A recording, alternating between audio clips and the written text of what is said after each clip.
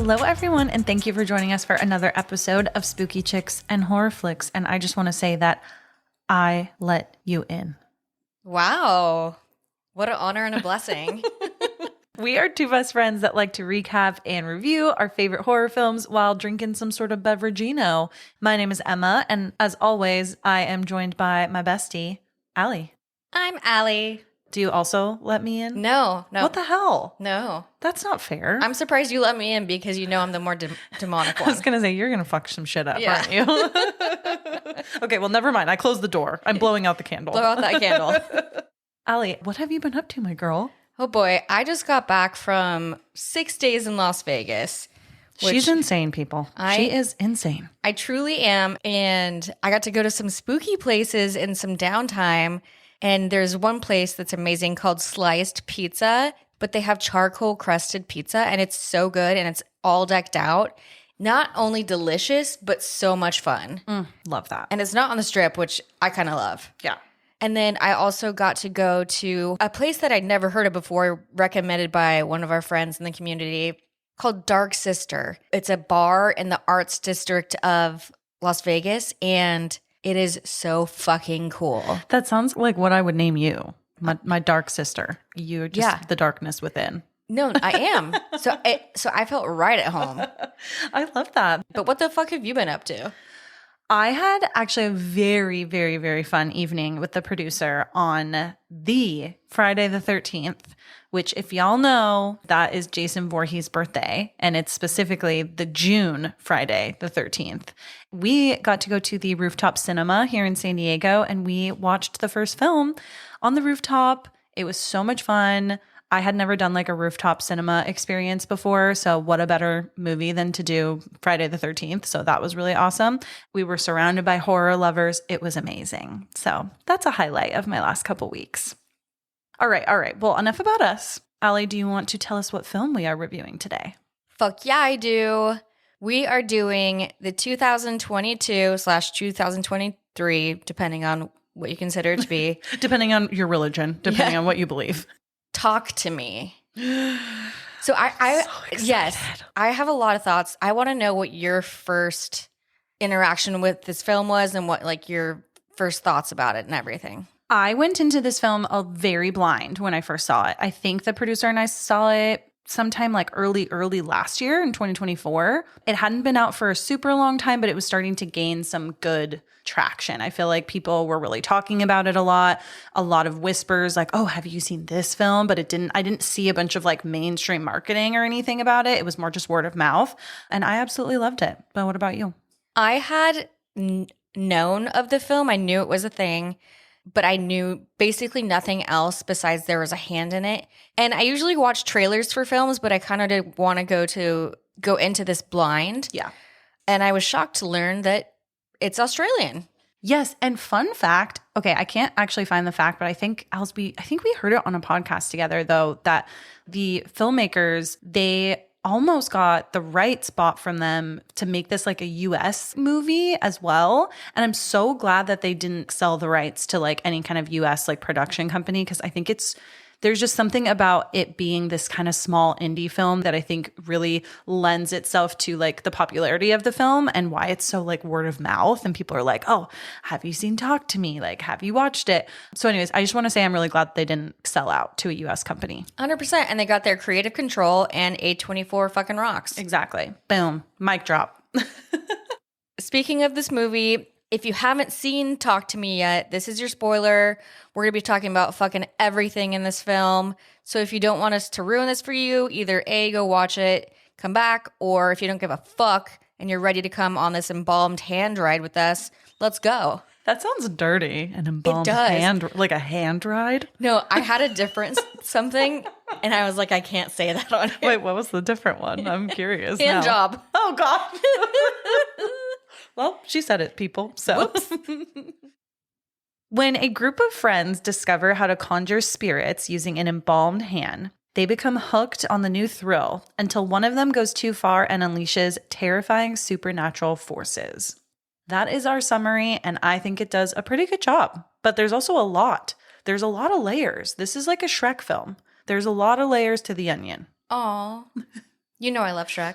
And there's a lot of fun themes in this film too, which I can't wait for us to dive deeper into. But we've got like grief, addiction, trauma. I mean, it definitely goes like really deep. And I've had to watch it a few times and I catch something new each time that kind of fits into these overarching themes. I think this whole movie is just symbology for so many things we deal with these days, which is brilliant.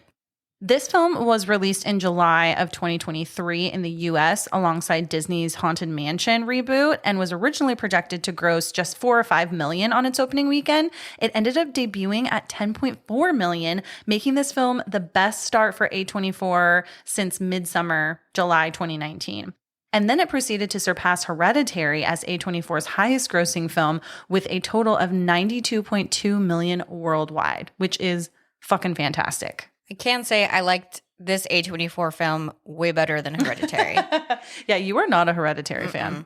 And we will cover it one day, and Yes. I will probably shit on it. I love you, Ari Aster, but I'm coming for you. This film also had a 7.1 out of 10 on IMDb, which is quite high. We rarely cover films that are higher than this score. And I feel like our last couple have maybe been around this realm. So, I mean, I kind of agree with it. I think it could have even been a little higher. What about you? Interessante.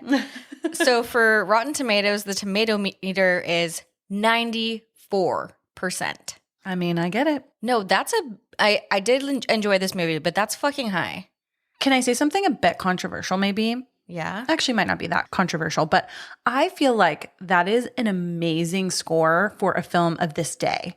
Because this is a way bigger conversation I could talk to you about for probably like hours, but I do feel like we're getting to a point in a lot of filmmaking where we're just like regurgitating the same ideas over and over again. And I think I just loved how Talk to Me really brought like such a fresh premise out. Even though there are probably things that it drew from for inspiration, I just like really appreciated something so fresh and so good that was like a newer horror film, in my personal opinion. No, and I completely agree, but I will say this movie drew from, like you said, a lot of things that we'll definitely describe throughout the film. Yeah.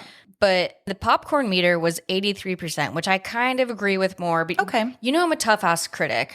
You are. You absolutely are. My bad. But this film was directed by two brothers, Danny and Michael Filippo. They started as YouTube content creators, which is really cool. I love that. Yeah. And something, I was listening to a podcast where they spoke, and they sound like fun-ass people. Oh, They yeah. don't sound spooky. They sound just like, we just want to make some fun shit. Yeah, love that. And they wanted to have this movie go at a very fast pace. And I think they definitely accomplished that rather than having this slow burn fluff kind of shit. Every scene was intentional and moved at a fast pace to just get the story across. You know, you can kind of just tell a film is trying to fill space and they're Yeah. trying to just like make it longer. It's like, okay, guys, let's get to the point. Everything in here was so purposeful and like Yes. very calculated, which was so cool. And I also respect it because it was only about an hour, 30 minutes, which is my brain. That is her sweet spot. That's my sweet spot.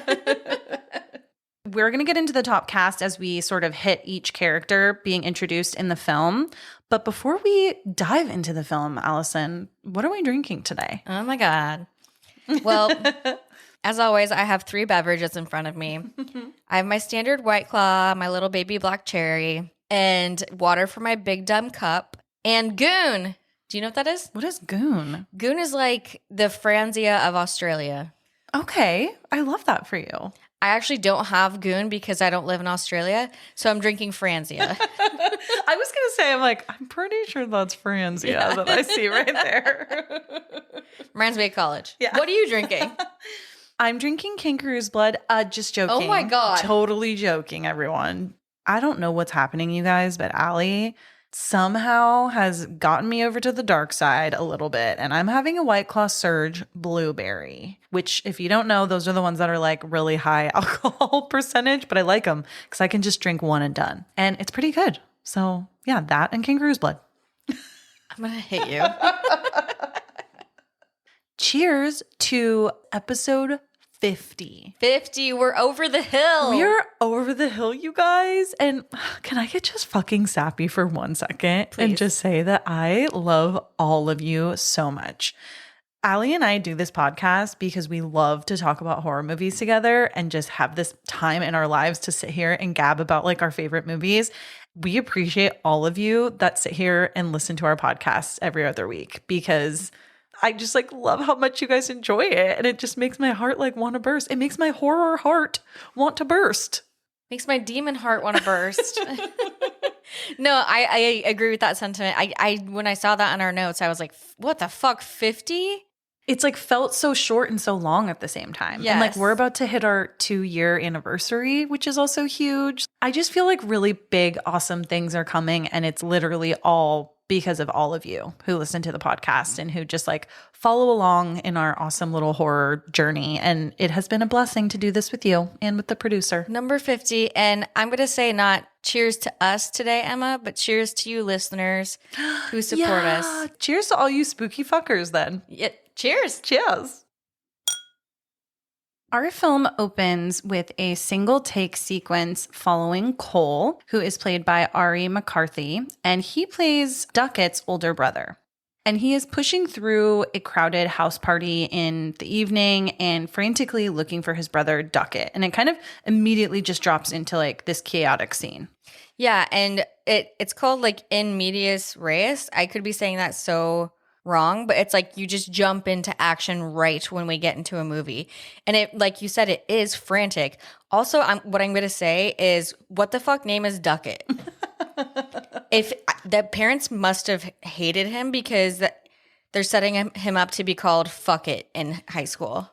What I will say also is I love a one-take shot. There's Yes. something about the Oh, yeah. artistry of a one-take shot that I just really appreciate. You have to be so set and prepared. Everybody does. Have you seen 1912? Yes. Oh, don't even get my anxiety started. Okay, sorry. I'll take it down a notch. Take it down a notch. And so Cole's looking for Duckett, and if he was already concerned about Duckett, why would anybody let him go to this rager of a fucking party? There are like strobe lights, there's chaos, people are drinking. Why would you let Duckett, why would you let Fuck It go to a party? That's a great question. However, we don't know what the previous plot points are. Like maybe Cole isn't as active in Duckett's life, but now that things are going a little awry, he's becoming a little bit more active. It sounds like we're going to talk about some grief soon with like a parental figure. So maybe he just doesn't have a lot of discipline in his life. That could be. I also feel like it's really kind of hard to stop someone if they're just going to do something. Like someone like this In this situation, who's possessed. okay, this could have been avoided. But I don't know if you caught this, but there's a parent there. I did catch that. Cole asks her about Duckett, and she says, I don't know, go check the bedroom. And I don't know if you noticed, but she's slicing up like limes or something with a kitchen knife, which we Foreshadowing. might, yep, a little foreshadowing. Also, who has strobe lights at a high school party? That shit's expensive. Yes, but I will say if I had him, you know I'd be busting him out. That is true. So we find out that Duckett is locked in a bedroom. Another friend is actually at the door trying to like get Duckett out of there when Cole shows up, and Cole just takes things into his own hands and is like, I'm fucking breaking down this door. So he breaks it down. He finds Duckett, who is just sitting on the bed, and he's not wearing a shirt. He's got scratches on his back, and he looks like visibly unwell. Like he's pale, kind of shaky. He's like whispering to himself. Something is very clearly wrong within this whole situation. As Cole breaks in and tries to like calm him and take him out of this situation, Duckett is whispering things in his ear kind of about his dead father, which is really creepy. And this is one of our first inclinations of grief, a theme of grief that we'll see a lot throughout this film. But do you think the scratches on his back look like a hand could have been scratching? Yes. I mean, I think that's a first indication of a lot of things we're going to see with hands. There's a lot of hand shit in here. A lot of hand shit. That sounds weird. A lot of hand jobs in here. A lot of hand jobs in here. As soon as they walk out of the bedroom, people at the party are like recording on their phones. And it's just so sad because Cole's like, dude, you guys need to stop. Like, what the fuck are you doing? Let him get out of here without you guys like bothering him. And the brother directors actually got the idea for this film because they babysat a young man, and this kid was experimenting with drugs for the first time, and he had a really bad reaction. All of his friends who were at the party were just filming him and laughing. And this is where we see this exact indication of this instance. Like, also, like, how sad to see that in real life. The day and age that we are in where everyone busts their phone out for literally fucking everything is so tragic because context is very important. Camera phones really have distanced people from reality. You're just filming something. You're not really watching it. You're just filming it. Exactly. So then out of nowhere, they're in the kitchen and Duckett stabs Cole in the chest with a knife out of nowhere. It's probably the knife that mom was using to chop off those like lemon or limes. I would guess so. So Duckett then stumbles out into the party crowd outside and everyone is freaking the fuck out, kind of running away from him, but also intrigued. It's like watching a train crash or a car crash. Train wreck? Train wreck, car crash, same. He then violently stabs himself in the face with the same knife. And it is a horrifying experience. It all happens very, very quickly. And everyone is just like, what the fuck? There is no explanation, no context, just immediate trauma and mystery. Again, this is the first time I've seen this, and this scene surprised the fuck out of me, but like in a good way. Like, hell yeah, let's just jump right into this shit. Yes. Oh my gosh. They truly just went full-fledged into it, which I love. What do you think you would actually do if a friend of yours showed up at a party looking like they hadn't slept since 2003 and they started stabbing people? Sorry, is that a loaded question? Well, first of all, I didn't really go to parties in high school, so I would rarely see the stabbing part happen probably. But in another world, I could be the one stabbing people. Oh, God. I think I would faint.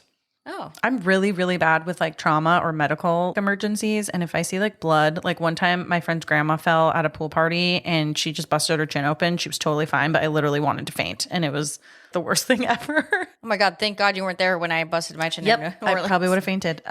So there's that. But on like a real note, I think I would have been absolutely fucked up and traumatized if I like saw someone I knew, even a friend. I just would be fucked up for sure. And I'll need a lot of therapy. Yeah, in all seriousness, I would probably be the same.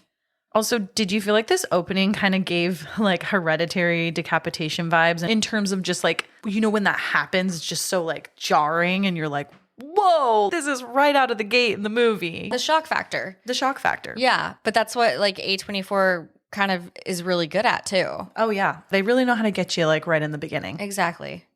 A fun fact that I have here too about this film is that in August 2023, the directors, Danny and Michael, they revealed that they had already filmed a short prequel before the movie even hit theaters. And it was created as kind of like a screen lifestyle short film, meaning that it was all told through phone videos and social media, like you're watching somebody spiral in real time through Instagram. The prequel explored Duckett's backstory a little bit more before the events of the opening scene that we see in this film. And they even dropped clips from the prequel online anonymously as viral marketing for Talk to Me, but the footage was pulled due to complaints of how graphic they were. The full prequel is still unreleased, but they've confirmed that it is going to come out eventually, which I want to fucking see. Hell yeah. Terribly. Yeah. That would be so fucking cool. That's a great idea for marketing too, so they should have just ran with that. That reminds me of like when people were passing out the Ring tape, remember? Like in various ways. I forget exactly what they did with it, but people had no idea what it was. And like, oh, there were like commercials running of the tape. And people were just like, there was no callback. There was no CTA. There was no like, you know, what is this film? So I love that kind of shit. Where is creative marketing gone? I know. Oh, God. Moving on. Then we meet Mia, who is played by Sophie Wilde. And this was her first movie role, which is amazing for her because she did an awesome job. And we see her and she is at some sort of celebratory anniversary of her mom's death. She's super quiet, withdrawn, obviously still having like a hard time with her mother's death, even though it's been a couple years now at this point. She also has a lot of questions about the death, which does not help. I was just going to say, I feel like there's also a lot of questions about how it happened. And that I think plagues a lot of her mind too. Her father tries to talk with her about her day after everyone has left this like party that they had at their house. And she's super emotionally distant, as you would be. In this scene, she's doing dishes while her father is out of focus in the background. And this seems super intentional. The directors are purposely trying to convey kind of the emotional distance that she has between her and her dad. There's some real fucking resentment there, and you can feel it through the screen. Yeah, it's tense, which that's how you know they're good fucking actors. Yes. Because you can like totally feel it. Absolutely. Also, is her dad kind of hot? I can't tell. He's fucking blurry. Fair enough. He kind of reminds me of one of the main guys in Westworld, who I do think is kind of attractive. I forget what his name is. But yeah, we'll have to dive into that one a little right. later offline. Mia then gets a phone call as she's doing the dishes, and she quickly goes to pick up her best friend Jade's little brother. And his name is Riley. He is played by Joe Bird. Mia is doing her a favor and picking him up from the skate park. What a name, Joe Bird. Joe Bird. I thought the same. I'm like, Joe Dirt? As Riley is waiting for Mia, he's hanging out with a friend who tries to get him to smoke a cigarette, but Riley isn't down. And Riley seems super innocent while his friend is kind of trying to be this like bad boy. But you can tell they're both good boys, if that makes sense. Like they're both younger. I think they mentioned later on that they're like not even 15. But you can tell that Riley really just has that extra hint of like innocence to him. Yeah, and his friend kind of just is innocent, but you can tell he also wants to be sort of badassy. And he's so funny. I fucking love him. When Riley's like, "No, I'm good. I don't want to smoke." He's like, "Don't be a fucking fetus." Who says that? I want to call somebody a fetus. And once Mia and Riley are together and she picks him up, they have this cute scene together where they are blasting Sia's chandelier in the car. And they're having a little joyride through the night as Mia is taking him back home. They're laughing, vibing, and kind of showing their like sweet sibling-like bond. A fun fact about this song actually is that Sia, I guess, gave them the rights to this movie for that song for like 75% off because she's from the same town that the directors are from. I had no idea about that. I was like, I didn't even know she was Australian. I had no idea either. No idea. All I know about her is she like wears that wig that covers her face. She's a mysterious woman. Yes. Suddenly, as Mia is driving them, they come up to a hit kangaroo in the road that is injured but not dead. They stop the car and Riley begs Mia to put it out of its misery, but she cannot do it. And she was thinking about it. She was thinking about it, but she can't like go forward with it. And so they leave it suffering and the camera just lingers ever so long on this scene. And oof, it just like hits you in the heart. Yeah. Also, I want a kangaroo, but also they should have called fucking animal control or their equivalent to it. Yep. This is a heavy foreshadowing moment because Riley literally reiterates, we need to put it out of its misery. Do you think Mia was going to actually mercy kill the kangaroo? Or do you feel like this is setting up some of her like avoidance, just knowing what we know about the film? I think it's just a plot point. I think it's just a plot point to symbolize what's to come. Yeah, I think just knowing what I know about the film too, I was like asking myself, is she strong enough to do what needs to be done? And that's going to come into play a little bit later in the film as well. I think she's very sensitive based on what's happened to her and her family, but I think that's what's also holding her back. Yeah, from her being able to make these decisions. She's like, it seems like she's grappling a lot with that internal battle in her head. Also, what if there was a little Roo in the pouch? A little Joey. A little Joey. Oh, God. Okay, don't bring that into this. My bad. Jesus. All right, let's move on. Mia and Riley then arrive at Jade and Riley's house, and you can tell that Mia fits right into their sibling dynamic. So Mia tries to tell Jade about the dying kangaroo and how she wanted to put it out of its misery, but she couldn't. And I also want to mention that Jade is played by Alexandra Jensen. And while these two, so Mia and Jade are best friends, and while they're having this they're talking about the kangaroo, but while Mia's trying to decompress and just like get this off her chest, Jade is like barely fucking listening to her because she's busy on her phone. And this is another interesting plot point of addiction in the movie, and it's how we're addicted to smartphones. And now she's not listening to what her best friend is having to say. She's more focused on, I don't know, fucking Snapchat or whatever people do these days. She's like talking to her boyfriend Daniel, right? Yes. And we get some inclination that Mia might have had a thing with Daniel before Jade did. Ooh. They make a joke that they like held hands, right? And then she's like, oh my God, that was 3 years ago. But there's hand reference number one, maybe not number one, but there's a hand reference. Early on, yeah. Early on, yes. And we see Mia looking at a video of Piers doing the hand experiment. So this is the first time that we're seeing the talk to me hand and kind of like how the whole experience is. And it's being posted on fucking Snapchat.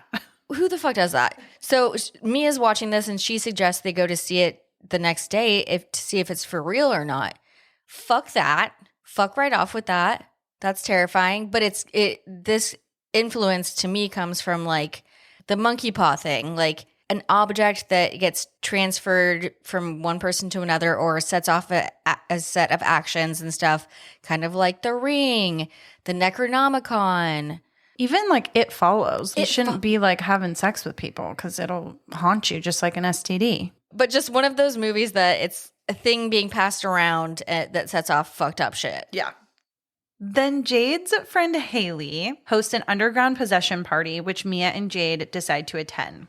Somehow, it gets cleared by them that they're going to let Riley tag along, even though Jade doesn't really want him there.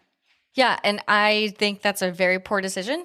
I would never bring like my little sibling to something like that. This reminds me of the Pass Out Challenge. Do you remember that you see videos of the Pass Out Challenge when we were younger? What else does this remind you of related to A24? Hereditary? Bringing your little sister to a party? Yep. That's true. Just throwing that That's out true. there. Yep.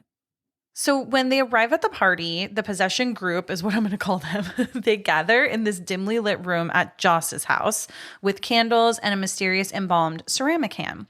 It's giving very much party vibes with a dash of possession. That would draw me in. That's like what I would like my next like birthday theme to be. I think we can make that happen. Perfect. I'm going to be like Stassi when she throws a murder party for her birthday in June. This is another vibe for us to get Stassi to listen to our podcast. Yeah, you guys tag Stassi. Yeah, tag Stassi. So Daniel, Jade's boyfriend, shows up. And like we mentioned a little bit previously, he's got a pretty funny relationship with Mia as they had a small fling a few years prior. But it seems not to bother Jade that much. It seems like they kind of all have this friendship dynamic that works. And Haley, who is hosting the party with Joss, they confide in Jade. They're pretty unhappy with having Mia there. So there's some reason that they don't like Mia. And they even go on to say, she's so clingy, man. It's fucking depressing. And I wonder if it has anything to do with probably the grief that she's experiencing from her mom's death. And I'm sure it's palpable and people can feel it, when interacting with her. Which isn't like that happens, you know? Like that's understandable. But teenagers are brutal. Well, that's another thing. That's another little trope in here is teenage dynamics, like bullies and social media and like groups. Self-esteem groups. Yeah, that's so true. Yeah. And so first of all, Haley and Joss are like the catalyst behind all of this hand shit. So they can fuck right off. Yeah. But Mia's still there and she's still gonna fuck around and find out. Yeah, and Mia even tries to prove herself a little bit and she's like, bitch, I'll go first, which I love. But she does this after she sees Jade and Daniel holding hands on the couch. Little bit of jealousy, much. A lot of bit of jealousy. Maybe. So she sees that and she's like, I'll go first. Haley then describes the rules for possession, and they're pretty simple. So you start with lighting a candle, and this candle opens the door, and then you blow it out to close it. So you start with lighting the candle, and then you put your hand on the hand, and you say, talk to me. While you're still holding onto the hand, you will see like some sort of a spirit. And once that spirit is there, you say, I let you in, and you let the spirit take over your body. There are these like rules that have been established by, I don't know, Haley and Joss or whoever, that you're only allowed to be possessed for 90 seconds because after 90 seconds, they say they will want to stay, as in the spirit will want to stay in your body. Kind of like Insidious when they... Spooky. Well, like Insidious. Oh, yeah, totally. They just want to use your body as a vessel. Also, who made these rules? Who knows? Yeah. Nobody, I guess. Mia immediately sees a horrifying ghost in front of her and then lets it in. And as soon as she sees this old man's spirit sitting in front of her, she freaks out. And again, this is just an allegory for peer pressure because they're saying, do it, let him in. Yeah, it's a classic, like a truth or dare, you know, when you're daring someone to do something crazy and they don't want to let everyone down in the room, when it's like, God, I wish teenagers would know that when you're an adult, you just don't give two fucks. Like if you don't want to do something, you're not going to do it. And that is perfectly okay. And that's on TED Talk. That is on our TED Talk. So lo and behold, Mia becomes possessed and she's got her eyes are blackened. She has this like different demonic type voice. She's laughing maniacally and the group is watching in awe and in fear. And I will say throughout all of these possessions and the entire movie, the face transitions are pretty amazing. Going from just being purely possessed then transforming into whatever this demon inside of you projects. The transitions are pretty phenomenal. Yeah, all the makeup in this is fantastic. It does not look fake at all. It looks really, really good. And the spirit that she lets in is actually a different spirit. That's true. You're right. She sees the old man first, gets freaked out and lets go. But then when she hops back on, it's like a woman who looks like water bloated. She looks water bloated. And this is the first of many water references we'll see and hear through this film. Yeah, that is another like kind of underlying theme. Because as she's witnessing this demonic woman or spirit or whatever, you can hear water gurgles. Do you know what I mean? Like Ugh. underwater gurgles. And Like someone's drowning. Yes. And there's also a fish tank behind Mia. Oh, I didn't even notice that. Yeah. So there's just a lot of water references in this film. Also, the door opens and shuts, and why is nobody freaking the fuck out? I wonder if that's something that just happens with these type of things. So maybe the people in the group are like used to stuff like that happening. That would freak me out. That is not normal just to, oh, okay, that It's happened. not an excuse. Yeah. Oh, it happened again. Mia then starts saying really creepy stuff and is directing it right at Riley. And it really freaks him out and everyone else. And she's basically like being like, run, run, run, run, run, run. He'll split you. Oh, yeah, she's all, he'll split ya. And I'm like, Yeah. ooh, that's okay. A little scary and foreshadowing, maybe. And Riley, bro, you better fucking run, run, run. Yeah.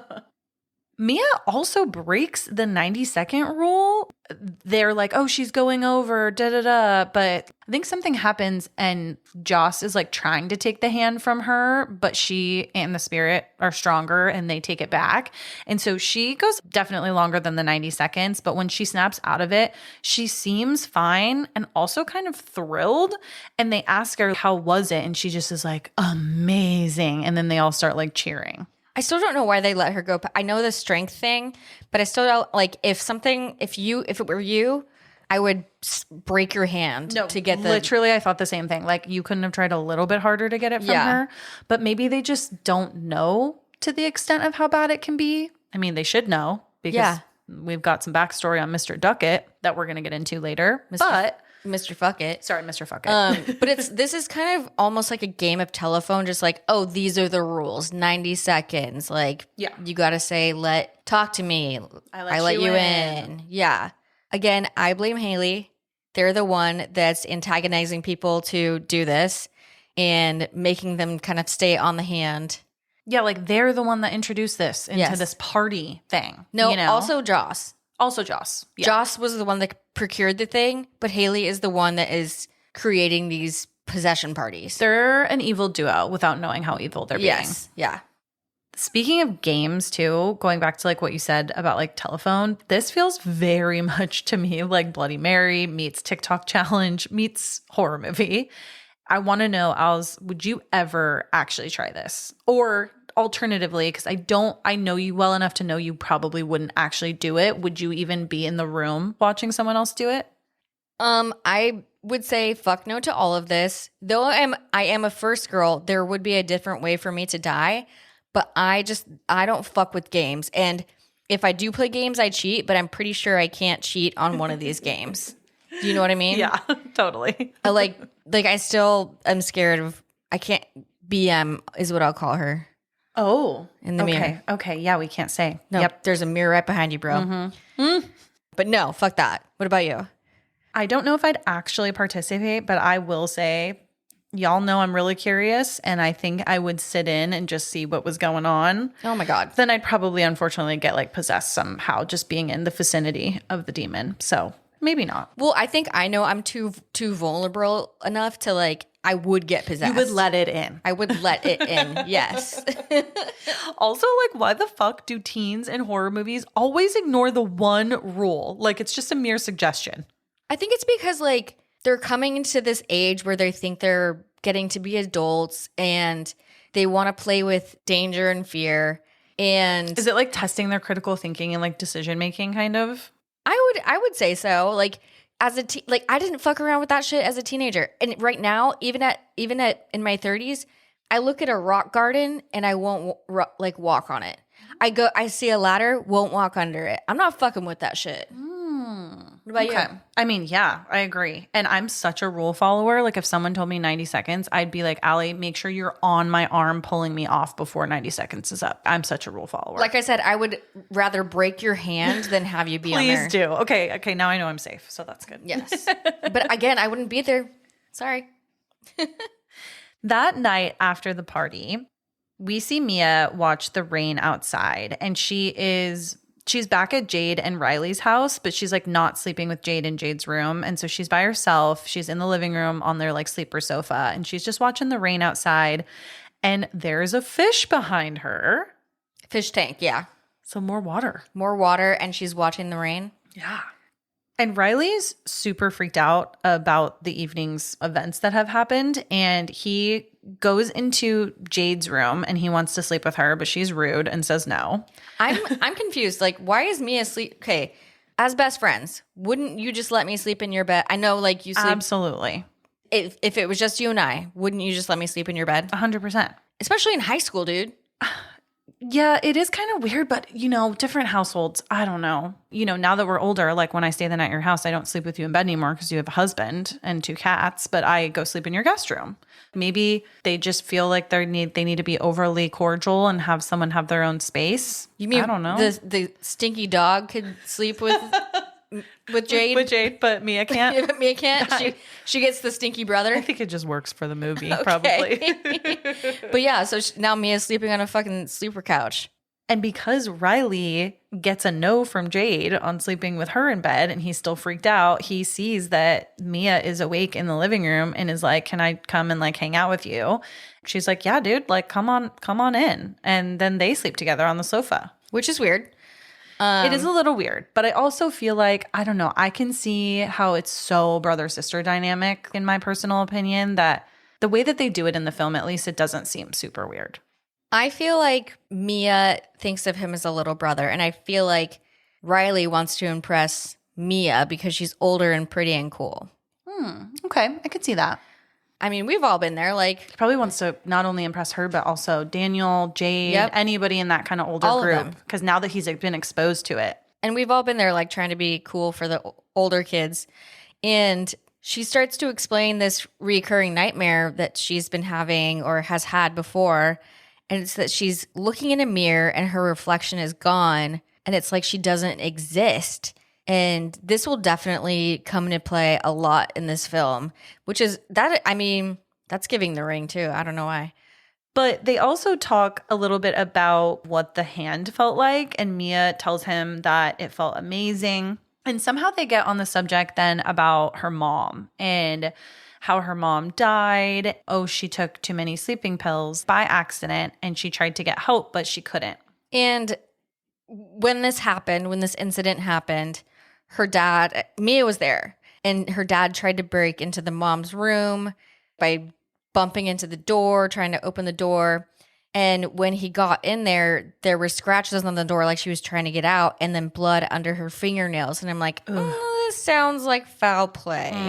It's a little, I have questions. Yes. I have some questions. Dateline is calling. Yeah, literally.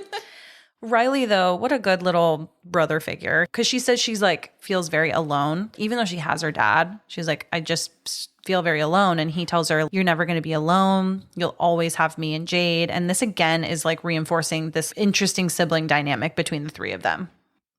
Obviously, Mia doesn't want to be at home with her dad, who she doesn't necessarily trust.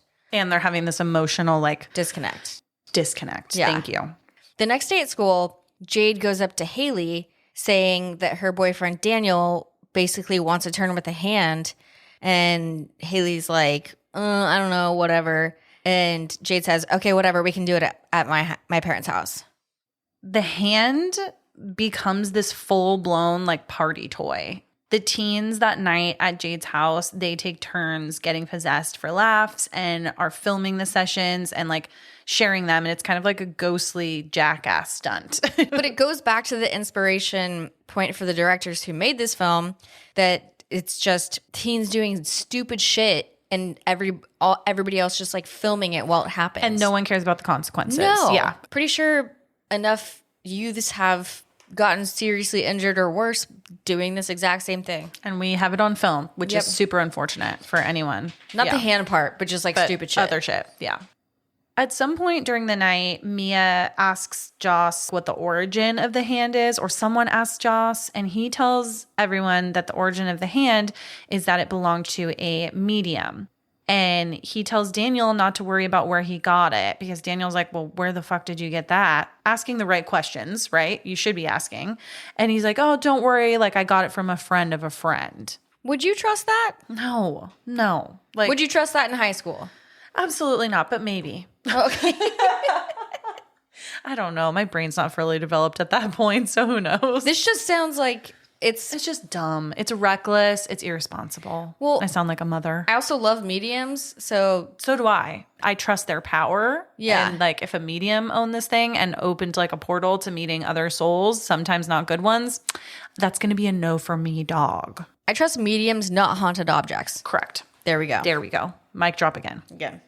The evening goes on. Some possessions are taking place with various people. Some are really disturbing. Others are funny. But there's one in particular that involves Daniel. Again, with the face transformation, it's pretty impactful, like how his face just goes from one thing to the next. And It looks like gross. Like, Yeah. the way that I can put it best is we all know that when Reagan gets possessed in The Exorcist, her face changes very dramatically. She's got scratches, bruising, dark eyes, the whole thing. That's kind of what this reminds me of. I want to know how they go back after the possession to looking normal, but we can get into that later. Anyways, so Daniel's possessed and he's got someone in him that's like, oh, he hates it when you touch him. And he's looking directly at his girlfriend, Jade. Ouch. And I wonder how they filmed this. Like, did they actually... Like, was he actually possessed? No. No, I think they did it so creatively. I'm just curious about how they filmed it. He also says some kind of creepy stuff towards Mia, doesn't Yeah, he? yeah. Like, doesn't he say a couple of things like, oh, like he likes you, or like, I don't know, Yeah. some like strange shit. And it's very weird. But after Daniel's demon spirit is done gaslighting Jade, something even fucking weirder happens. Daniel falls to the floor and starts humping the floor, by the way. His possession's very sexual in a very creepy way. And he's humping the floor and the dog, Cookie. And Cookie comes over and starts licking Daniel. And basically Daniel starts making out with the bulldog. And I just want to say RIP to that dog's trust. And I want to know how they filmed this. Did they actually make out? I thought the same thing, but I also had to look away because this film disgusts me to no end. I am so good at eating dinner and eating food while watching gross, gory things, but there is something about this that disgusted me to no end. Let me just put that out there. You know me. I just can't. Yeah. Well- it was a little much, Even after that entire scene, that fucked up shit, Mia wants another go around and she wants to do the hand again. And we can start to see her addiction towards it. And she's like, okay, I want to go again, but like get your fucking thoughty dog out and no cameras this time. Oh, yeah, because they all filmed Daniel, by the way. Yeah. And poor guy, he got out of it and he was like, everyone delete that right now. Like, that's so embarrassing. So Mia takes another turn and she starts, it's creepy, but a cool scene. She starts singing in French and her eyes are all like fucked up. It's like this little montage scene, right? Yeah, Isn't it of like several of them doing it? Yeah, but that was an indication that spirits can come from anywhere, not just Australia or whatever. Yeah. But yeah, it's a cute little montage scene of them all laughing and being possessed and all the face transformations. Pretty amazing. But this is, again, a lot of peer pressure and social media and addiction happening all here at once. And unfortunately, our sweet little Riley, the baby of the group, he begs to try it. Jade is like, absolutely not. And Mia is like, hey, if we're both here, we could like watch him, make sure it goes okay. And Jade is still like, absolutely not. Jade leaves the room after arguing with Riley about the decision that she did not want him to do it. And Mia, she's kind of playing in the middle between both of them. And she gives in and she's like, okay, I'll let you do it, but you can only do it for 50 seconds. And all I have to say here is huge fucking mistake. Big mistake. Huge. But what I'm going to say is, if I'm Jade, I'm not leaving the room because, like, if I don't want my brother to do it. I think she was trusting that Mia would not let him do it, which is sad. Yeah. And this is literally teen possession addiction. If this were real, how fast do you think that this would become a TikTok trend? I'm seeing it literally as like hashtag let you in challenge. People would be posting the shit out of this. Remember the bucket challenge? Yeah, that's still going on now. It's like it's taken on a different meaning, but people are doing that too. That would be this. Oh God. I fear that it would become so viral. And it might be on my algorithm. Like, I could check my phone. It's probably on my algorithm already. I also feel like weirdly, other people would start making hands. And then really, really bad portals would also be opening up. I mean, there's also some bad stuff going on with this one, but like, I just think it would not be good news. I veto that idea. Yeah, let's take it out. Yep. Riley then takes the hand. He's freaked out, but he hangs on and he sees a spirit immediately. And he says, I let you in. I feel so bad for him in this scene because he's like clearly scared, and like we were talking about earlier, he wants to impress the older kids. And as he starts to get possessed, all of the older kids are fucking giggling and laughing and filming. Something I want to mention too, to anyone who's listening to this that hasn't seen the film yet, something really important to note is that when people are watching someone getting possessed, they actually don't see the spirit. Only the person that is holding the hand actually sees the spirit in front of them before they let it in. So they are just watching and giggling and thinking it's all like fun and games, because it's like you, as the observer, you're not seeing the actual spirit that's taking over this person's body. Riley's spirit makes it seem like it's actually Mia's mom coming through, and the spirit is saying things that only Mia's mom would like know. And Mia is getting very emotional and invested in this situation. Like she's like, wait, mom? Oh my God. She just wants to keep talking to her. I mean, as we all would if we thought our mom was coming and visiting us from the other side, you know? Totally. And the spirit coming through Riley, the spirit says, me, am I? Like me. Oh yeah. Like, oh, me. Like, Yeah. I love you, me. Yeah. And I would, like, as somebody who loves their mom so much, I'd probably be fucked up from this too and just want to keep Totally. talking. Yeah. So they hit the 50 seconds and they're like, okay, let's cut him off. Let's cut him off. But Mia wants to keep talking to her mom. Big mistake. I know we said huge. I'm like, I know we said it already, but and Riley's demeanor quickly shifts from what we think is Mia's innocent mom to something very violent. He starts smashing his head against the table repeatedly in like a burst of supernatural rage. And the group tries to pull him off, but it's just absolute chaos. He does end up like falling to the ground at one point, and he starts gouging out his own eye and smashing his head even more before Jade comes in and intercepts him. This scene surprised me and fucked me up a little bit because I guess I wasn't expecting that, especially the eye thing. Like the eye shit I can't do. Also, I'm sorry, but another tie to Hereditary when he starts hitting his head on the desk when he's in his classroom. Yes. Yes. So he's doing all this shit, and if you've seen the movie, you know he looks completely fucked up. Fucked up. There's blood coming out of He's like swollen, cuts everywhere, blood. Yeah. It's bad. like out of every orifice. And how the fuck is he still alive? He's barely. I mean, he's like hanging on by a thread. Right. It's horrible. Yes. And there are screams, blood, panic in this entire scene.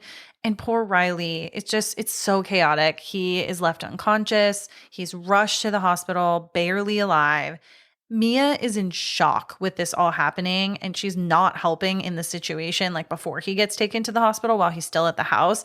And she walks outside the room and she's like 100% disassociating. She's disassociating, but she also sees her mom in the reflection of the door. Yeah. Of the hospital door. And that goes back to the reflection kind of themes. Yeah, reflections are coming into it like a little bit more heavy now.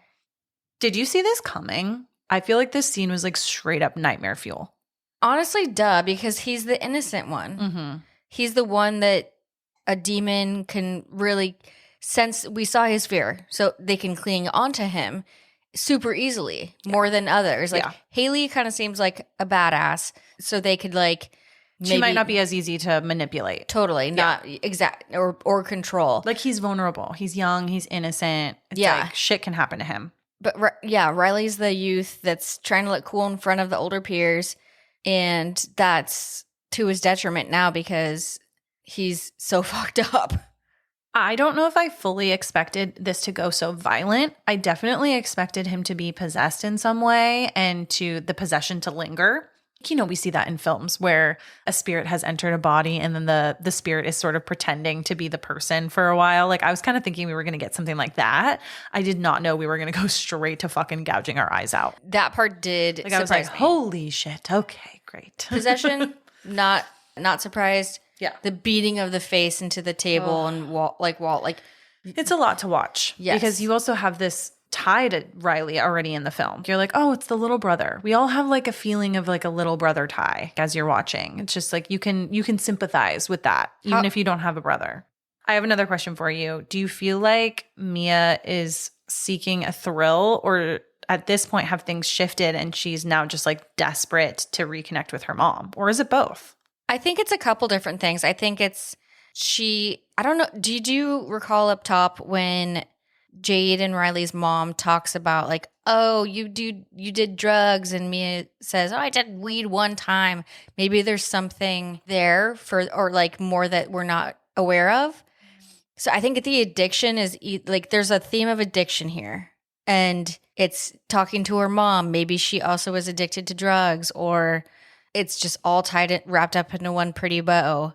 Just like addiction, I mean, it's not linear, and it also has many layers, just like an onion from Shrek. I think that her thrill of this is a metaphor for addiction, but I also think it's definitely grief and just like wanting to connect with her mom as well. It's multifaceted. Yeah. You know, it's not just one thing. I think it's all those things. Yeah, it's all mixed in. Which is, they all go hand in hand. Oh, God. Okay, well then on that note, my bad. The group then gets questioned by the police, but it seems that no one is actually saying at all that it was the result of the hand, which I find a tad bit surprising. If you were a cop and a group of teens were blaming all this shit on a hand or a embalmed hand, how would you react? I would say, bitch, buckle up and let me show you. Okay. You want to hold the hand? You want to let it in? I'll show you. Okay. You become a believer real quick. As the cop? Yeah. Okay. But then if he says no, then you're kind of fucked because there's no way to really prove it. Or unless he or her, unless they experience it themselves. So, but at home, after Mia gets picked up by her dad, he's asking her what happened. He's not mad at her. He's just like, can you like let me know what happened? And he wants her to be honest with him. But she also has this guard up because he wasn't exactly or hasn't exactly been honest with her about her mom's death. She goes to her room, she's by herself, and she opens up her backpack and we see the hand. Okay, so at first I thought that she stole the hand, but do we think the hand just kind of appeared in her? I kind of feel like it appeared because we don't, at least to my knowledge, I don't think we see her like blatantly grab it. Like she's so shocked by the Riley shit. I really don't think that she was thinking about grabbing it unless the spirit had another agenda item and made her grab it. Or we didn't see it, but she knows that she can contact her mom through this hand. I think it's purposely vague. She immediately is like, okay, well, I need to go to the fucking hospital to see like if Riley's okay. So she shows up and she's trying to be there for Riley and Jade, but Jade is pissed, rightfully so. And so is their mom, who chews Mia out. Everyone in this situation, like the mom, Jade, they're convinced that Mia gave Riley something or was like involved somehow in the influence of having this all happen to him. Again, there's a lot of vagueness here, but honestly, if I were the mom and I knew Mia had some kind of not problem with drugs, but has been around drugs, again, we don't get the full context, but I'd be fucking pissed too. I agree. I think as a mother, it's just like it's only right for you to Protect your child? protect your child. I was just going to say be like a mama bear. Maybe you don't know all the facts yet, but either way, get the fuck away from me until I figure this out kind of thing. Like Mia showing up, obviously, I know she's doing it in like the goodness of her heart and she is like a sister figure to Riley, but I don't think she realizes her responsibility in Riley's accident. And she's not taking as much accountability for it as she should and giving them like a little bit of space. But also, I think that a lot of the anger comes from Jade's end. Yes, because like, Jade wasn't there. Jade wasn't there. She's like, why the fuck did you let him do that? And yeah, she's kind of trusting Mia to have the same intentions that she does as Riley's big sister and to let him just go forward and do it. And with Jade not being there, I'm sure she has a ton of questions too. Like, how did this happen? She might be hearing telephone from a couple of different people that were there. She probably doesn't know like the full story. Also guilt. Guilt. Yes. She's probably projecting a lot of that also onto Mia. And Mia's just the punching bag at this point.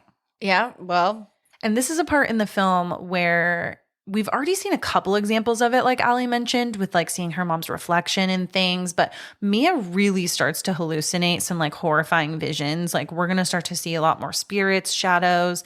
We see her dead mom in like not so good of forms. Her mom is just like really not looking good. Yeah, but she sees her again in a reflection in the bathroom. And something interesting also is while this is all happening, nobody else is in the bathroom, but there is a door closed behind Mia. And we hear kind of, whimpering or something that sounds like her mom. And Mia starts to freak out and try to break into this door. And it's kind of just like when her mother passed away and the dad was trying to break into the door. It's so heartbreaking. It's like very reminiscent of that. And so clearly her being super fucked up and bothered by that, she comes out of the bathroom. She's not okay. And Daniel is there at the hospital with Jade and the family. Daniel offers to like drive her home. As they're driving home, he tells her, hey, I told my parents that I was at so-and-so's house, or he makes up something. He's like, I can't really go home tonight, but I'm going to take you home, whatever. And she invites him over, which is kind of interesting because I'm like, how did your dad not know? But anyways. Also, like, if they have history and it's not the best choice. Well, it's like, and it's now her best friend's boyfriend. Who the fuck think that's okay? Like, what would you like? No, I mean, okay. As a teenager, I wouldn't have trusted it, but I will say, like, as of now, if you were like, oh, me and the producer are gonna go, we need to go stay the night at this, like, I would totally like trust you guys. I have no issue with that. But I do think as a teenager, you're so like, you're insecure. Your relationships aren't as meaningful. They're much more fleeting. She obviously had a history with him previously. I agree with what you're saying, but at high school age, or whatever the age, I mean, I definitely wouldn't have been. Where's the okay girl code at? No, that's so true, so true. Or just like let her know. Even then, like we could talk about this for so long. Yeah, but it's also true. like, okay. What if you said, "Hey, Daniel needs a place to stay tonight, Dad. He's gonna sleep on the couch." But like, I'm telling you the truth. He's going to come sleep on the couch and like, that's it. But that's not what happens. That's not what happens. Things get awkward real quick as Daniel stays with Mia at her house and sleeps in her bed, mind you. But Mia says she can't believe she got to speak to her mom through the hand. Daniel says he doesn't think that was her mom. And he asked her to never use the hand again. Okay, is he the only one with logic here? Thank God, someone. I'm glad that in this film, they did choose at least someone to not be so fucking delusional. Or, well, it's not really going to help in a minute. But. Yeah. And while they're on the bed trying to get ready to go to sleep and talking, they touch hands. It's just a close-up shot of them touching hands and comparing hand size. That is way too intimate. Well, she's like making fun of him because she's like, you always had small hands. And he's like, I bet you my hands are bigger than yours now. And so that's why they do it. But isn't that intimate seeming? It is, but also another hand thing. Exactly. Another hand job. Another hand job. And they're like in a yin and yang position. Yeah, like have you ever slept with someone where you have your feet at their head and vice versa? That's like kind of gross. I hate it. Yeah. I think I've only done it maybe once in my whole life, and I hated every second of it. Sleep on the floor, bro. Literally. Go on the couch. But for some reason, they think that's acceptable. They can still sleep in the same bed together if they're yin and yang. But while they're going to bed, Mia's also watching old social media posts of her and her mom, and maybe don't do that. That's going down a wormhole. Yes, but we all have those moments, right? Where I we know. go through memory lane, and you can't blame the girl. But in this situation, it's not good because she's continuing to think that she's talking to her mom on the other side, which is not true. And like you said, yes, we all go through those moments, but I'm pretty sure that neither of us have experienced a embalmed, possessed hand. Not yet. Not yet. We're still young. In a surreal dream-ish sequence, we see her making out with Daniel, and they're making out in the daytime with like a lot of bright light around them. And they're just like feeling each other's heads and backs with their hands. Yeah, more fucking hand jobs, dude. Then all of a sudden, she's in her room and she's watching her dad pull her mom from the bedroom. And this is kind of heartbreaking. This would be a tough thing to have in your brain.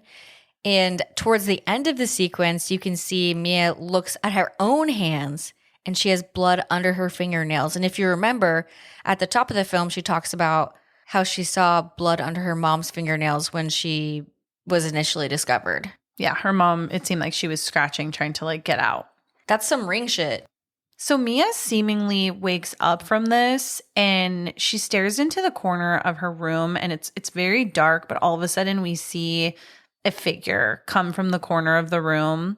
And this figure is this like dead, decrepit older woman, but she's kind of dressed in like a dress, and it's very weird and very creepy. It also looks like another like bloated water body. Yeah, like very, I don't know, just disgusting. And like maybe, you know what I just thought of?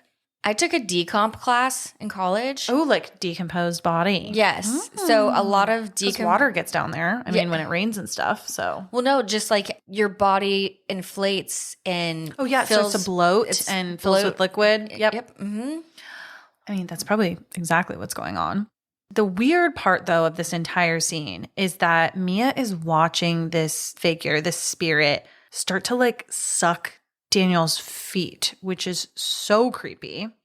And suddenly she actually wakes up, and we find that she is the one licking Daniel's feet. And all I have to say, not licking, I'm sorry, sucking Daniel's feet. She has full toes in the mouth.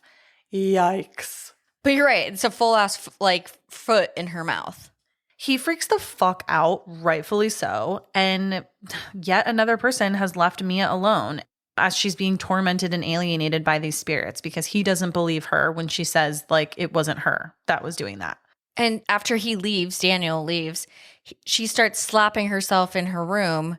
And that kind of goes along with the theme of not only hands, but self-torment like the other victims have done to themselves that have experienced the hand. Mia then begins spiraling, if she hasn't already. Her friends are pulling away. No one is believing her. She really has no one on her side at this point. She clings to the hand, trying to talk to her mom again. And this is not good to do by yourself, girlfriend. That's all I have to say. I am saying, excuse me, this hand should not be used while unsupervised or at all. And like I said, like I love my mom so much, but I would get addicted to the hand and you would have to drag my ass from the hand. How many times have we learned too that in movies where there is possession taking place, it is almost always a bad spirit that is impersonating a good spirit to get to you? Yep. Girl, tell me you haven't seen any other horror movies. Like, you're a teenager. Tell me you've seen some other ones. She's probably watched like, she seems like maybe like a Scream girl. Yeah. So really not dealing with possession yet? Yeah, not yet. Sad. She's too young. So, of course, she thinks she's talking to her mom, and her mom's spirit is telling her, I didn't actually mean to kill myself. That's not the truth if that's what like your dad is telling you. And then she also says like Riley really needs help. And during this conversation, you can hear water in the background. I know I keep talking about water, but I'm just so interested about how prominent it is in this film. Until you've brought it up, I kind of didn't realize like it truly has so much significance in this film. And Did you catch that we see Mia cuddling with her mom? It made me sad. It made me sad, but that's fully not her fucking mom. I know, which also creeped me out. Literally, what you just said was the sequence of thoughts I had in my head. At first, I went, oh, how sweet. Oh, no, that's not your mom. Yeah. Can we also talk about the foot licking again real quick? I just want to know what in the fucking Quentin Tarantino is that? This spirit has a very specific kink, is all I have to say. I'm not here for it. Like, that is a choice. And I want to know if Sophie Wilde, the actress, had to actually suck someone's feet, because I think I would have said no. That's a great question. Or maybe it's like maybe they do like a prosthetic. Like I would have been happy to do a prosthetic, but Yeah. holy shit, there is footage out there of you sucking on someone's feet. Oh, let's get it going. WikiFeet. Do we also feel like this is when Mia almost officially crosses from like grieving teen to like being full on haunted? I feel like it happened beforehand. I feel like she's been full It's on been a haunted. slow burn. Yeah. Yeah. But I feel like this is just the culmination of everything that's happening. And I think it started when we started to see her addiction with the hand. Once it ended up in her backpack, I think that was Yeah. a big red flag. Whether it was to her power or not that got it in there, you've got a strong hold on that, and we need to break this. Then back at the hospital, Jade and Sue, Jade and Riley's mom, are giving Riley a sponge bath. Equals water. Equals water. And this is a very disturbing scene as well. Another disturbing Riley scene, because Sue gets a call and has to step out, and she asks Jade to stay with Riley and keep giving him a little sponge bath in the bathroom. Jade is trying to talk to Riley. She's like begging him to say something. Then out of nowhere, he bites her and starts hitting himself in the head when he falls over onto the tile of the shower. And he starts bleeding profusely. He is licking the blood off of the floor before starting to seize. It's a really disturbing scene because having to give your possessed little brother sponge bath in a really creepy shower that looks like kind of like a gym shower. And he's also like non-responsive. So it's like, Yeah. what the fuck? But while he's hitting his head on the tile in the shower, he starts laughing. Yeah. It's very maniacal. It's Yeah. maniacal.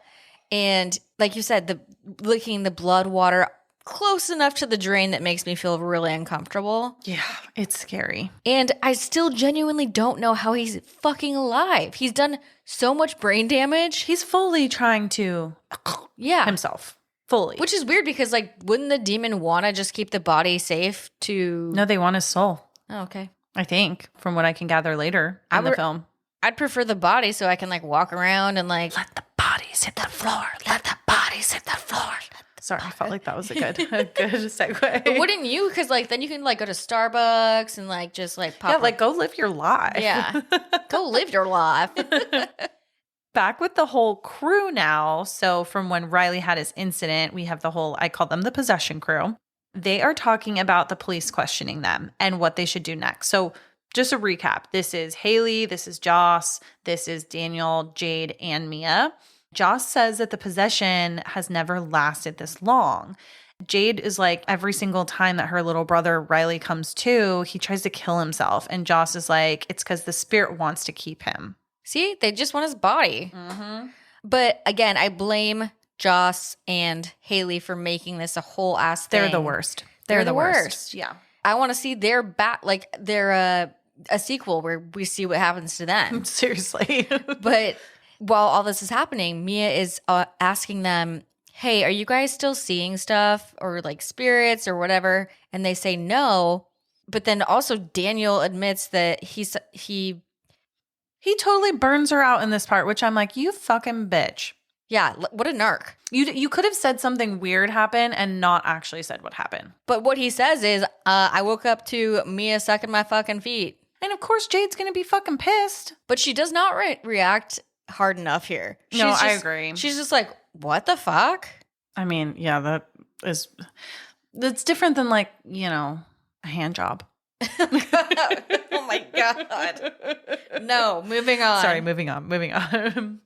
Joss somehow talks about how he procured the hand, and I think it leads to talking about Cole and Duckett from the very beginning of the film. And so Mia and the crew track down Cole, they're trying to get a little bit of clarity from this whole situation and trying to understand what happened to Duckett, who seemingly was possessed for too long.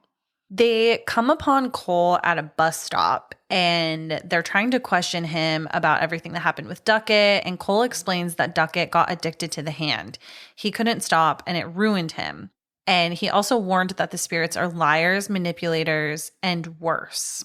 He says that Riley may recover on his own if the spirit decides to leave, but it could take a lot of time or just not happen at all. How does Cole know that? These are great questions. Okay. No idea.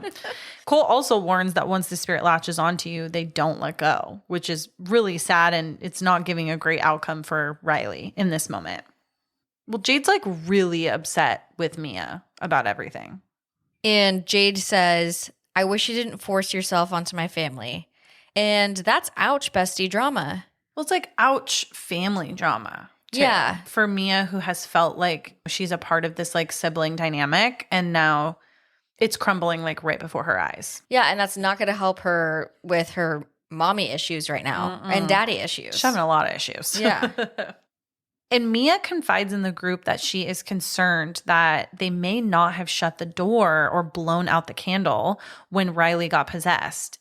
She's like, Jade, I think it would be best if like we went to Riley and we lit the candle to open the door and then made sure that we closed it, which is kind of crazy that they're going to trust her, but whatever. But also mind you, they're trying to close this flame at the fucking hospital. Yeah, they go to the hospital with the fucking hand, and Jade, Mia, and Daniel try to close the door with Riley, but it doesn't seem to make anything better. It just doesn't seem to be working whatsoever because Riley is not conscious to even say, oh, I let you in. And so Mia is trying to kind of facilitate on her behalf, and she's like, let him in. Also, who let a fucking candle into this? Where's the security guard here? I mean, I think you could have easily snuck it in. If I think about the amount of stuff that you could sneak into a hospital if you're just like going and visiting someone, I mean, it's really not that hard. You can't do anything like super long term or for like hours and hours, but I mean, I think you could do like a little seance-y magic and get it under the nurse's nose. That's terrifying. It is terrifying, for sure.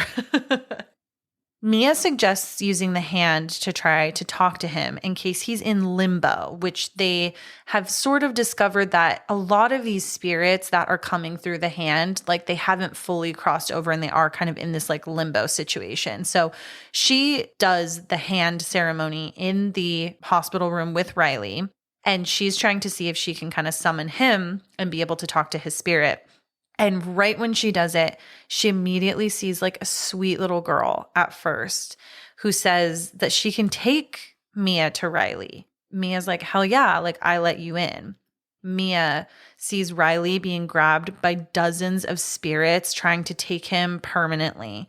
And it is so heartbreaking because it is just this crazy scene where it looks like all of these souls and demons and spirits and stuff just climbing all over Riley while he's like screaming. And it's really heartbreaking. It looks like an orgy almost. It does. It has like orgy vibes. Yeah.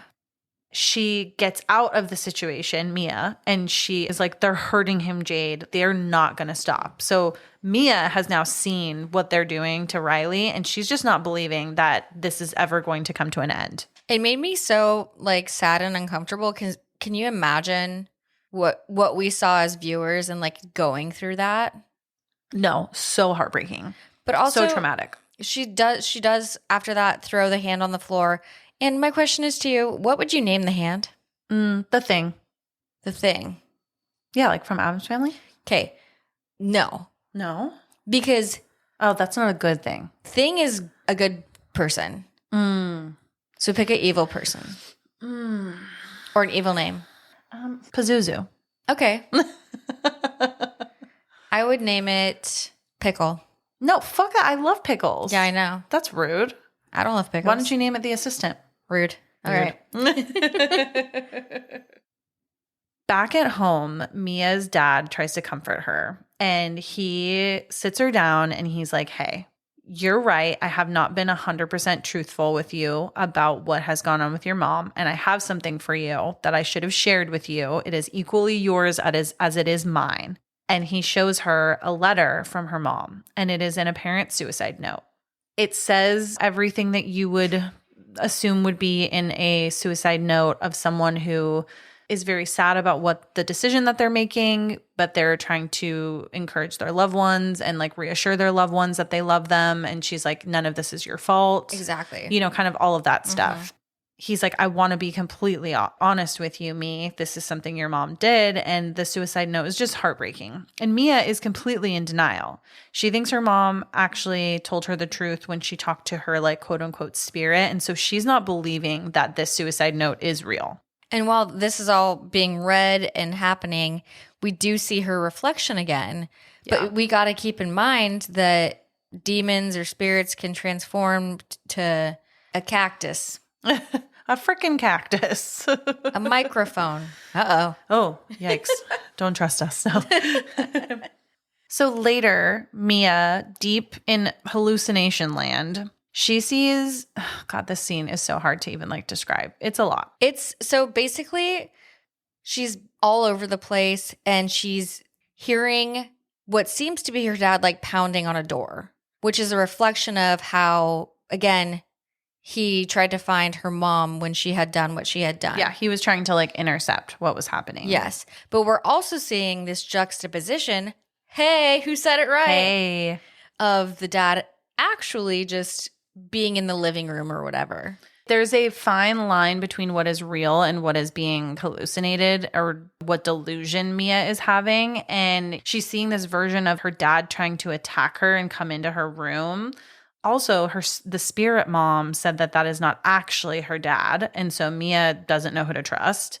Then, like Ali said, there's like the version of the dad that's actually downstairs, but hearing Mia kind of freaking out in her room. So, of course, he's going to go up and like kind of figure out what's going on. And so, in this really heartbreaking moment of like what's real and what's not, she gets attacked by her dad in her room and she violently stabs him in the neck with scissors.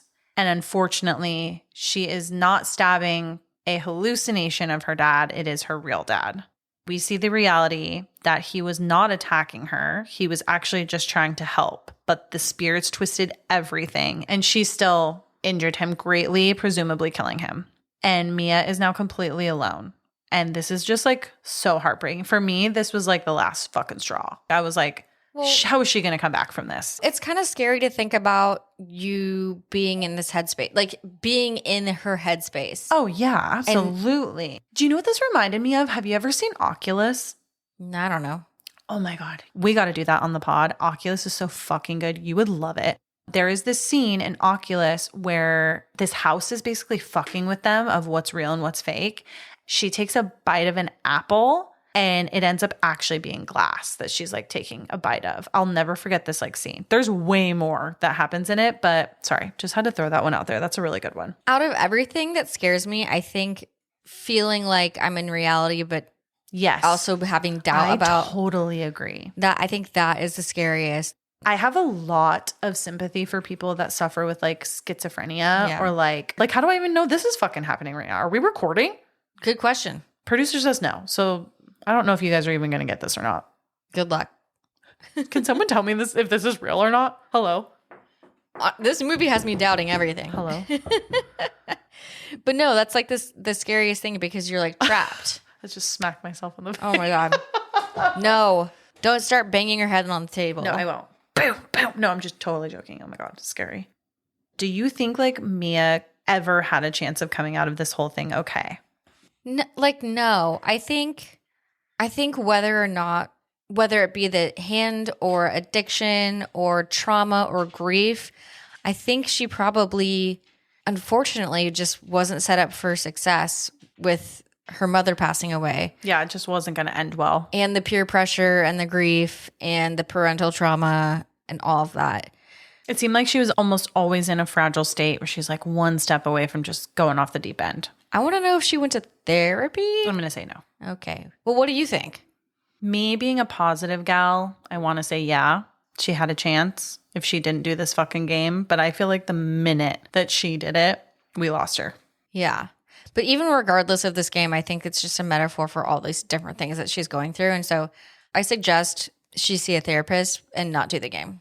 Do you feel like there was like a specific moment, or like, I guess, what point would you say that you think Mia lost control? Did we ever see the real her again after like a certain point? I don't think we ever saw the real her because when we met her, she was at her mom's 2-year passing party or whatever And she was already, kind of fucked up. yeah, kind of tainted, so to speak. Yeah, and after we see her insist upon going to the hand party, I think we had already lost her. She's like given in almost to like all of the grief and the trauma, and like she's going to let it just lead her wherever it leads her. I wonder if she wanted to do it so badly because she's like, I can talk to my mom. I 100% think so. You know what I mean? I think sometimes when you're in that deep of grief, that's all you want to do, and you're willing to do whatever it takes to like get to that point. I might have mentioned this before, but if you're in an emotional enough and a vulnerable enough state, things will just come to you. Negative things will just come through you to come to you. It reminds me a little of Midsummer, speaking of another A24. God, so much grief in that film. So much My grief. heart. Yeah, Danny survived. She survives, but she was willing to let the bad shit in to get the outcome she got. Yeah. Just a very multi-layered, shitty, toxic, grief-ridden space. That's why I'd be so fucked because you're the positive one and I'm the negative one. This is why we work so well, though. We're like batteries on the like, we are. You know, like how you have to like put batteries in on like That's how we opposite work. sides. That's how we shine. Yes. So the spirit, quote unquote, of Mia's mom convinces her that the only way to save Riley is to kill him and release his soul. So Mia calls Jade and tells her, she's like, I know what to do. Mia begs Jade to come over, but we find that it's kind of all a rouge. It's like Mia is in complete denial of what just happened with her dad, but she is fully convinced because she's been told by like her mom's quote unquote spirit that she needs to essentially end everything with Riley to like stop all of this. So she's in this weird state of like shock where it almost seems like she's possessed, but it's like she has just been through so much at this point. She just wants it all to stop. And her mom was like, you need to kill Riley to take him out of his misery, similar to the kangaroo situation. So Mia gets to Riley's room eventually at the hospital, and she sees Sue.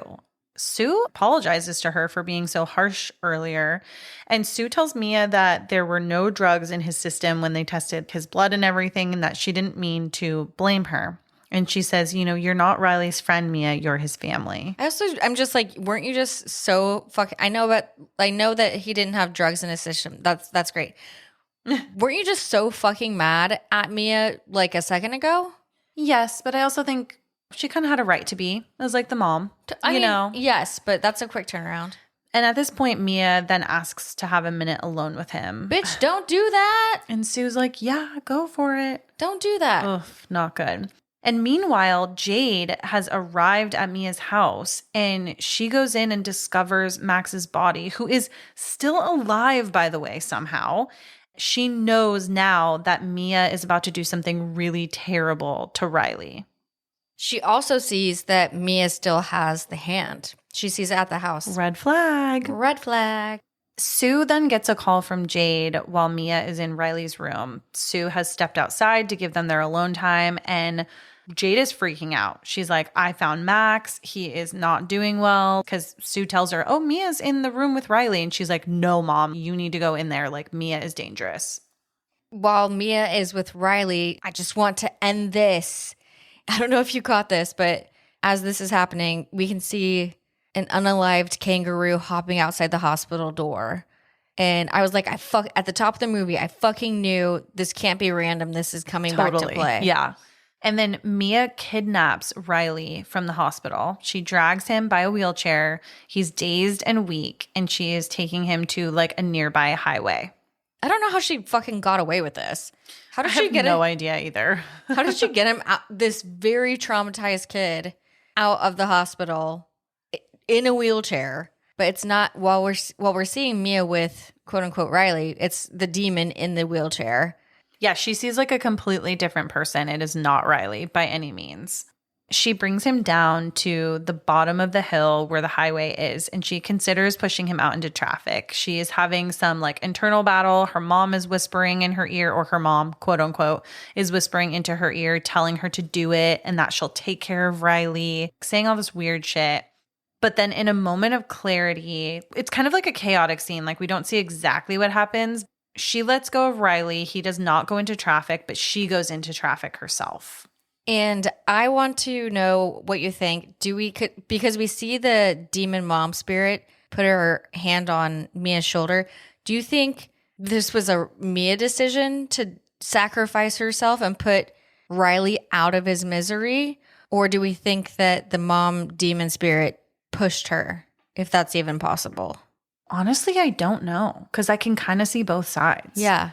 There's a part of me that feels like her internal battle of herself won, which is why Riley was spared. But then also we see Jade almost immediately after this is all happening, and Jade is with Riley. So there's part of me that's like, did Jade intercept in just enough time? Because I have it written in my notes, but I'm like, I was wondering if this was going to be a takedown like Romeo and Juliet style, where like she was going to go into traffic with him. So part of me wonders if, because Riley was spared and he didn't end up going, if she was going to go no matter what. Yeah. I guess what I like about this movie is it leaves room for your interpretation. Yeah. We see Mia kind of get up from this car crash that she's been involved in, and she gets up as people are sprinting to her physical body.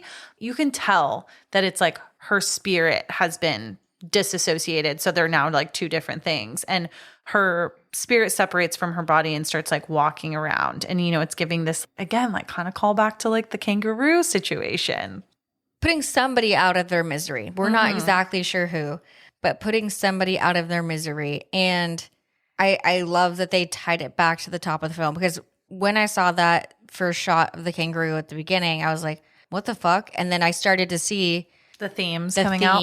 Yeah. Yes. And just like misery, putting it out of his misery, and all like grief and all that shit. Totally. So I thought that was kind of a brilliant thing. Yeah. And Mia is having to come to terms with she is now invisible. Her voice is unheard. Her reflection is also gone as she makes her way back into the hospital and looks into a mirror. It's just so clear that now she has become the spirit that she has been toying with this whole time. Well, and it's like, it goes back to her nightmare that she was describing. She can no longer see her reflection, which was her biggest fear. Do we think that the spirit of her mom was in her after the first hand incident? I actually don't think it was her mom at all. Okay. The entire time. Fair enough. I think they were fully playing on her vulnerabilities. Yeah. I truly don't think it was her mom, because they had described earlier in the film that a lot of these spirits are caught in like a limbo situation, where I just don't feel like she would have been caught in limbo. And I think the spirits were like totally taking advantage of that vulnerability. Makes sense. Yeah. And as Mia's in the hospital, or her spirit, she's watching several things kind of take place. She sees Riley, Jade, and Sue, and they're all kind of laughing. Riley looks like he's recovering and maybe even getting ready to go home. She also sees like her dad like walking down the hall of the hospital away from her. I'm shocked that both Riley and the dad are still alive. Do we know though if this is even real? Totally. Like, no, I completely agree with that. And do we know that if this is real, that Riley's not still possessed? We don't know. Yeah. We don't. And Mia follows this mysterious light. And something about this scene kind of tripped me out, because going towards the light usually symbolizes, you know, walking towards heaven or whatever you believe in. But now we kind of get to see that she's going into limbo or purgatory, essentially. And Mia follows this light. It leads her back to the hand. She finds herself at a new party with strangers laughing. They're talking over the same embalmed hand, or seemingly the same.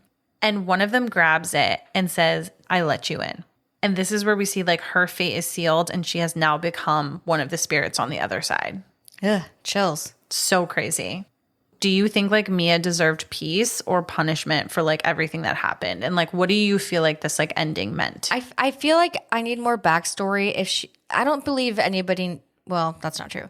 I don't believe she deserved punishment. I think I she agree. deserved healing, a time to heal. But I think she fucked around and found out, and that terrifies me.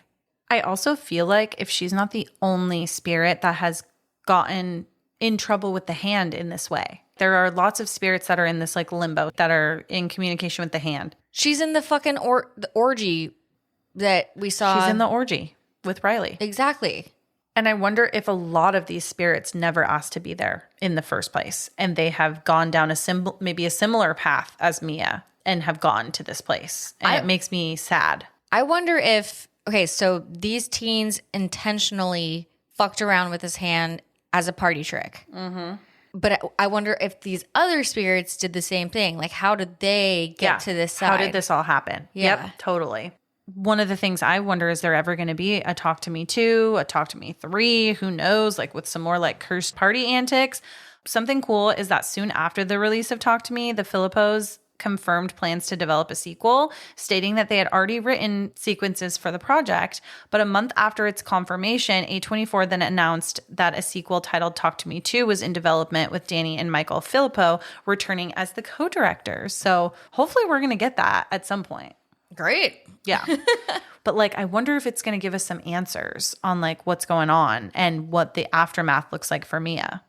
I don't know. Like I said, movies like this scare me the most. Yeah. Limbo. So terrifying. So terrifying. So scary. But that's why they did a great job. Yeah. This whole film really made me think about horror games or games that like we grew up with as kids that are still like alive and well to this day. What was your like hell no horror game? Was it a Ouija board, Bloody Mary, talking to random hands? Just like I said earlier, I don't fucks around with games, especially like Ouija or Bloody Mary or anything of that sort. Yeah. Because I can't cheat on them and I'm pretty sure I'd get possessed. What are your hell no's?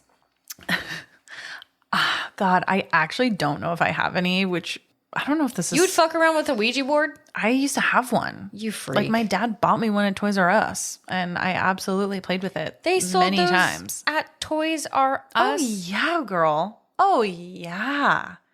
That's where I got mine. I didn't think it was legit enough. Now looking back, that was way too legit. Yeah, I think you can get them now to this day. I'm good. Yeah.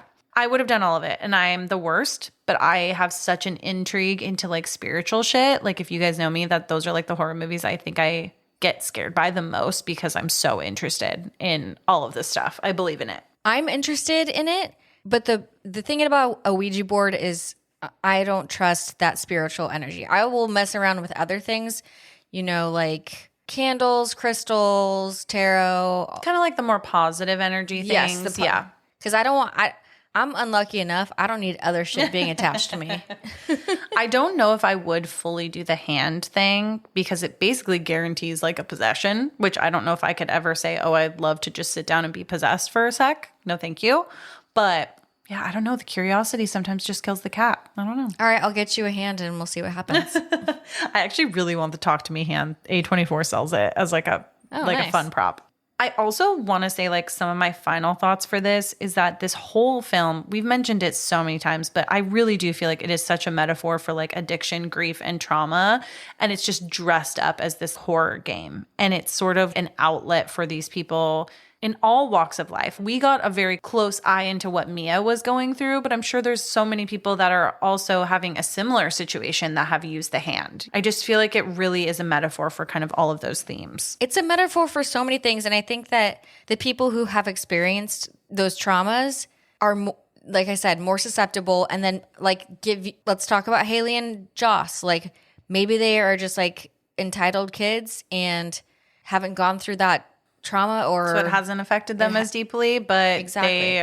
they are opening it up to the wrong people because they don't know what levels of trauma people have been through. And this movie also reminds me of a lot of other movies like we kept talking about, like Insidious, It Follows, The Ring. It's a great film, which I rarely say, so good for you. Filippo brothers? Filippo Filippo brothers. I loved all the symbolism in it. Yeah. so heavy on the symbolism. It's hard to see a film that is so well done and the symbolism is also so good and clear. Yeah. Because sometimes it really takes some like investigative work to get like the symbolism out, but this was like clear as day, which I really appreciated. Yeah, and there were humorous parts which I appreciated. Also, I was looking at my hands today and I kind of creeped myself out. Ew. I know. Oh my God. Scary. I know. Very scary. Well, everyone, that is Talk to Me, and that is our 50th episode. Woo! Yes. Yes. You can find us on TikTok and Instagram at Spooky Chicks and Horror Flicks. And if you want some bonus content, please feel free to join our Spooky Chicks social club on Patreon. You can always support us by leaving a 5-star review wherever it is that you listen. But honestly, the best way to support us is just by telling another friend that loves horror. Allison, would you like to close us out on this very spooky evening? I shall. But first of all, I'll shake your hand to a 50th episode, my love. Ooh, Yes. shake, shake, shake. Shake, shake, shake. If you want to fuck around and find out with an embalmed hand, make sure to close the door on your way out and stay spooky fuckers.